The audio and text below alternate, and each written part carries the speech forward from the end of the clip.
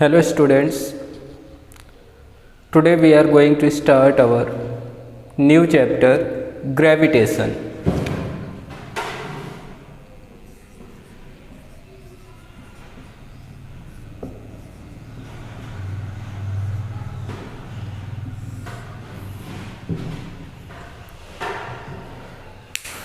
इसमें जो हमें पहला टॉपिक स्टडी करना है वो है ग्रेविटेशनल फोर्स।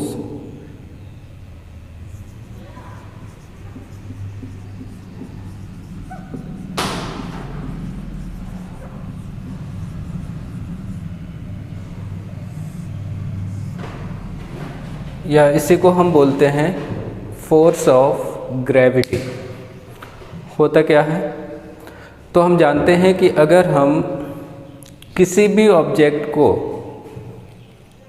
अपवर्ड डायरेक्शन में थ्रो करते हैं तो हम देखते हैं कि ऑब्जेक्ट कुछ डिस्टेंस ट्रैवल करने के बाद वापस नीचे आ जाता है।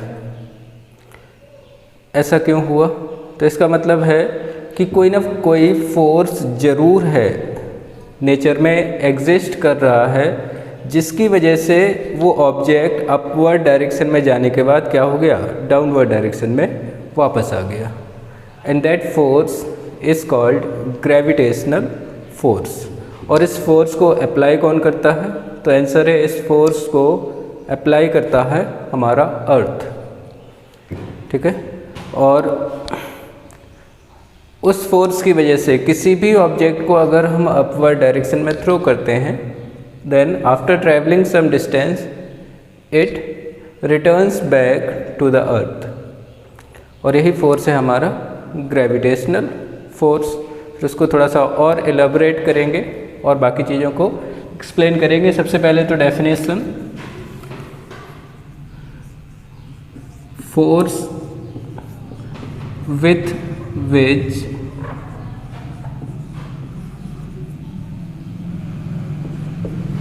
अर्थ attracts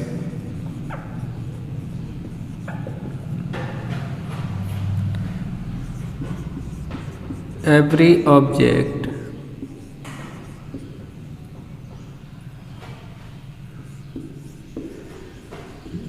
towards its center is called gravitational force or force of gravity.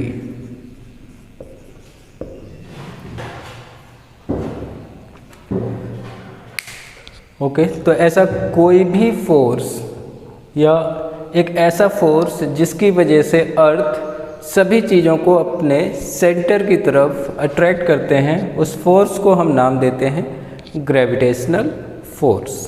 ठीक है, या फोर्स ऑफ ग्रेविटी, या सिंपल हम ग्रेविटी अकेला बोल देते हैं। तो दिस इज़ ग्रेविटेशनल फोर्स। और यही रीज़न है कि every object is attracted toward the earth. और अगर हमें अर्थ ग्रेविटेशनल फोर्स से बाहर निकल के जाना है तो आपको बहुत ज़्यादा फोर्स अप्लाई करना पड़ेगा, तभी आप अर्थ एटमॉस्फेयर या अर्थ ग्रेविटेशनल फोर्स को ओवरकम कर सकते हैं। ठीक है, तो जनरली आपको बस इतना ध्यान रखना है कि ग्रेविटेशनल फोर्स क्या है। तो gravitational force is that force जिसकी वजह से every object is attracted towards the centre of earth. ठीक है, ध्यान रखना है, gravitational force is a centred force. ये हमेशा सेंटर की तरफ लगता है, क्योंकि हम जानते हैं अर्थ में अगर एक होल करेंगे उसके बाद ऑब्जेक्ट को रखेंगे तो वो कहाँ चला जाएगा, नीचे चला जाएगा। इसका मतलब ग्राउंड के नीचे भी ग्रेविटेशनल फोर्स अप्लाई हो रहा है, तभी तो ऑब्जेक्ट क्या किया, नीचे चला गया, वरना उसको वहीं पर रह जाना चाहिए था। सो ग्रेविटेशनल फोर्स जो है वो सेंटर्ड फोर्स है और सेंटर ऑफ अर्थ की तरफ ऑब्जेक्ट अट्रैक्ट होता है। ठीक है, तो इसका एग्जांपल आप ले सकते हैं कि हम एक स्टोन को अपवर्ड डायरेक्शन में थ्रो करते हैं और वो स्टोन जो है थोड़ी देर के बाद क्या करता है, वापस अर्थ की तरफ आ जाता है। आफ्टर ट्रैवलिंग सम डिस्टेंस उसकी वेलोसिटी जो होती है वो स्लो होती जाती है और एक टाइम के बाद फिर वो वापस नीचे आना स्टार्ट कर देता है। तो उस ऑब्जेक्ट के नीचे आने के लिए रिस्पॉन्सिबल कौन है? तो answer it is gravitational force, जो ऑब्जेक्ट को वापस नीचे लेके आया। ठीक है, तो इसमें अगर ग्रेविटेशनल फोर्स की बात करें तो इसको सबसे पहले एक्सप्लेन किया था न्यूटन ने। कहानी उनकी वही है कि वो एप्पल के पेड़ के नीचे सो रहे थे और अचानक से एप्पल उनके ऊपर गिर जाता है। एप्पल गिरने की वजह से फिर उन्होंने सोचा कि ये एप्पल नीचे ही क्यों आया, ऊपर क्यों नहीं गया, और इस तरीके से उनके दिमाग में बहुत सारी चीज़ें चलती रहीं और फाइनली उन्होंने कंक्लूड किया कि कोई ना कोई फोर्स ज़रूर है, नेचर में एग्जिस्ट करता है, जो क्या करता है, सभी ऑब्जेक्ट को अर्थ की तरफ अट्रैक्ट करता है। बाद में इन्होंने इसको नाम दिया gravitational force, that is force of earth. ठीक है, और इन्होंने फिर एक लॉ बनाया, यूनिवर्सल लॉ ऑफ ग्रेविटेशन। तो नेक्स्ट टॉपिक जो पढ़ना है it is universal law of gravitation.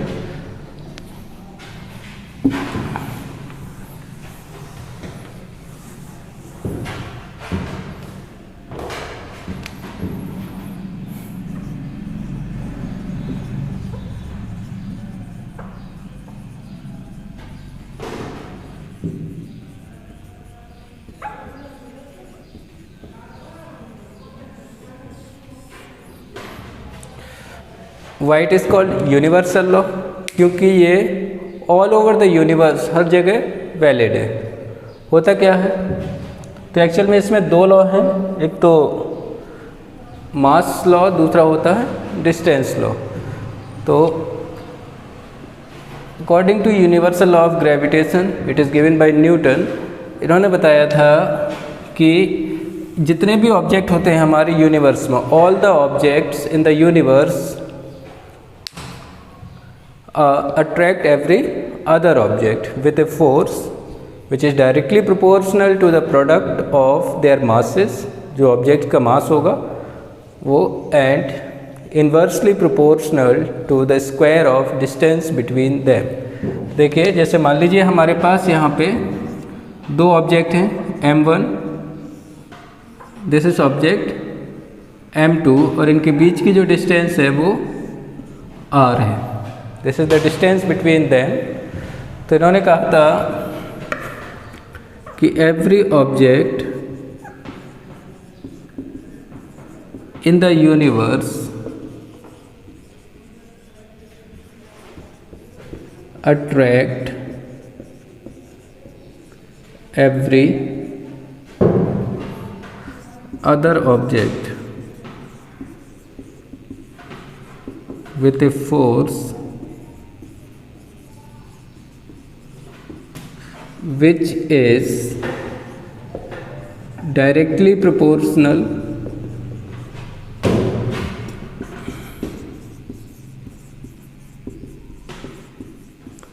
to product of their masses and inversely proportional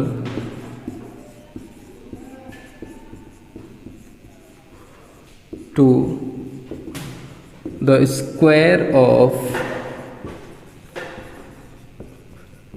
distance between them। तो यहाँ पे हमें कंडीशन दी गई है कि m1 and m2 are the mass of two bodies and r is distance between them.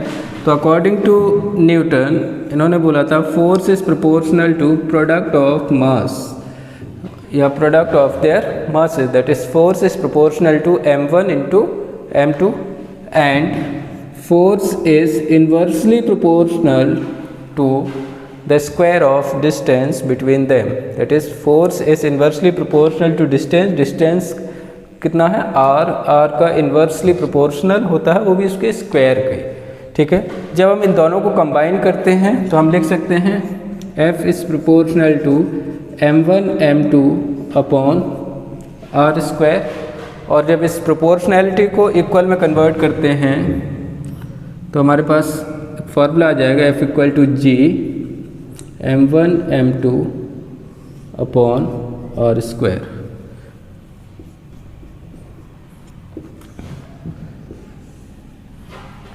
तो ये हमारा फॉर्मूला है F equal to capital G m1 m2 upon R square. m1 m2 क्या है? Mass of the body. r क्या है? Distance between them. तो capital G क्या है? तो आंसर है कैपिटल G is universal gravitation constant.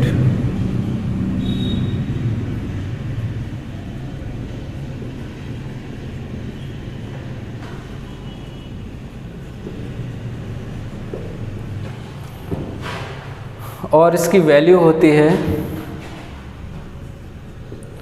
6.67 into 10 power -11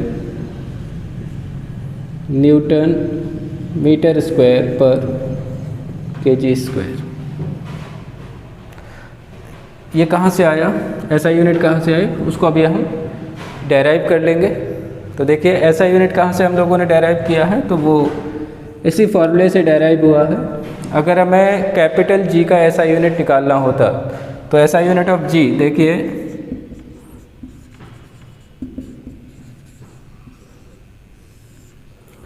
यहाँ से अगर हम G की वैल्यू निकालते तो वो कितना आता? This will be equal to F into R square upon m1 into m2। हम जानते हैं फोर्स की ऐसा यूनिट क्या होती है, तो फोर्स की ऐसा यूनिट होती है न्यूटन। r क्या है? r is distance. तो डिस्टेंस की ऐसा यूनिट क्या होती है? मीटर। अगर स्क्वायर है तो आ जाएगा metre square. And this m1 and m2 are mass, और मास की ऐसा यूनिट क्या होती है? kg। तो ये आ जाएगा kg स्क्वायर। तो ऐसा unit of G is newton metre square per kg square.